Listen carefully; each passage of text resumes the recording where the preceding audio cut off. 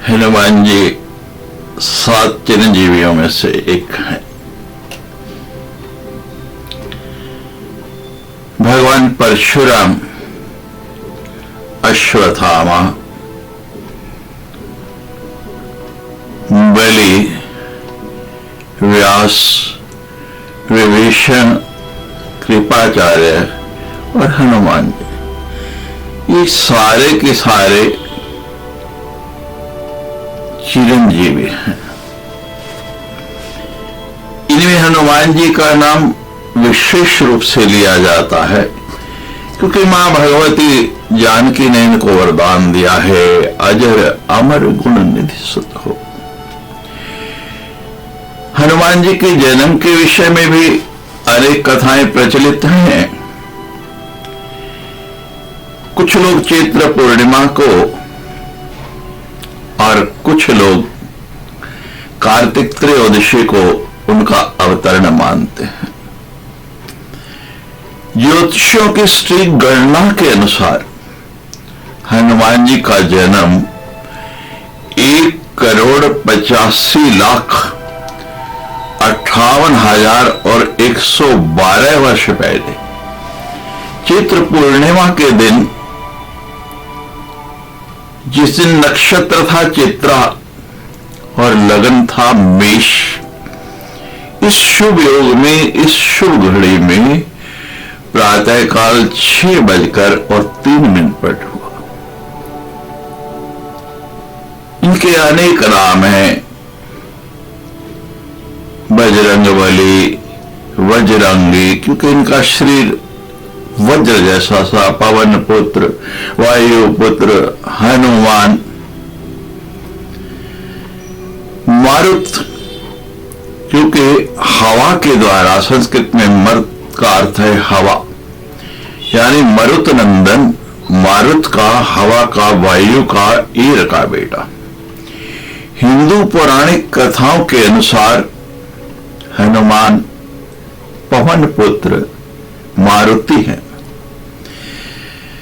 रामायण के अनुसार वे राम जी से भी ज्यादा जानकी को अत्यधिक प्रिय हैं और उन्हीं की वरदान स्वरूप 7 मनुष्यों को जिन्हें अमृत प्राप्त हुआ, उनमें बजरंगबली भी हैं। हनुमान जी का अवतार ही भगवान की सहायता के लिए हुआ है। इनके पराक्रम की अनेक गाथाएं प्रचलित हैं।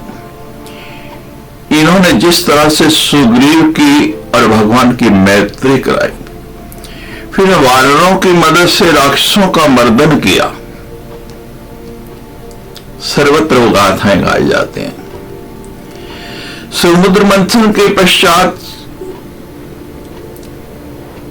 अमृत का वितरण करने के लिए भगवान ने मोहिनी स्वरूप धारण किया,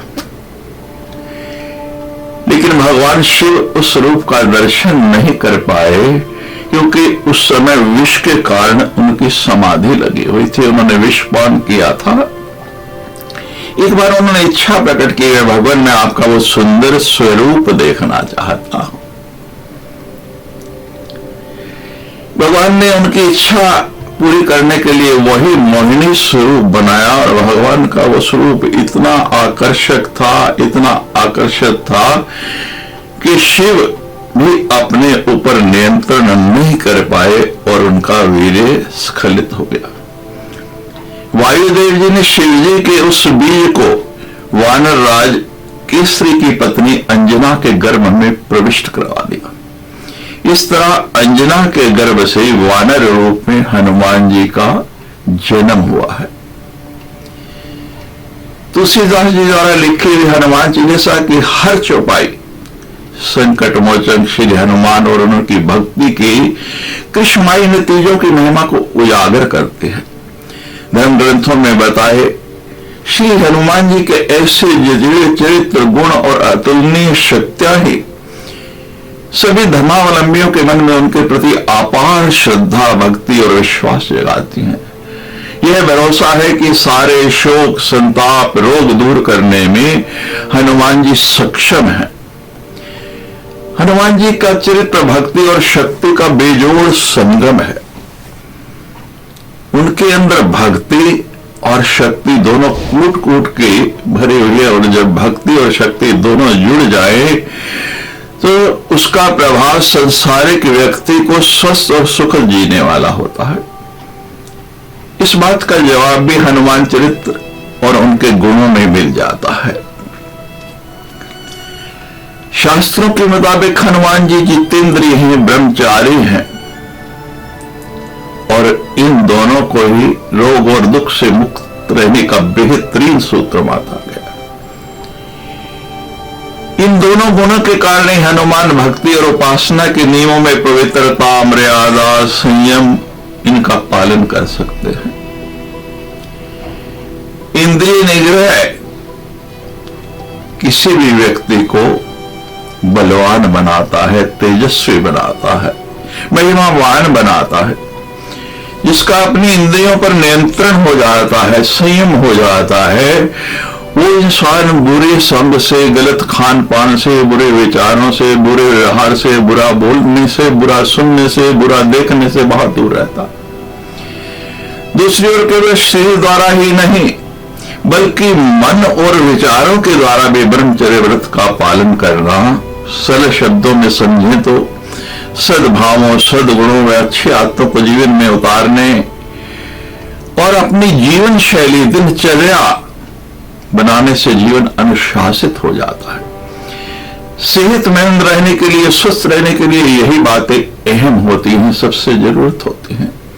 जब इंसान तन और मन से स्वस्थ और दोष रहित रहता है तो स्पष्ट है, निश्चित है कि वो शारीरिक, मानसिक और व्यवहारिक जीवन के कष्टों से बचा रहेगा। इसी कारण माना जाता है कि श्री हनुमान जी का स्मरण करके संयम और अनुशासन को अपनाना निरोगी, सुखी और शांत जीवन के लिए बहुत ही मंगलकारी है, सुखकारी है।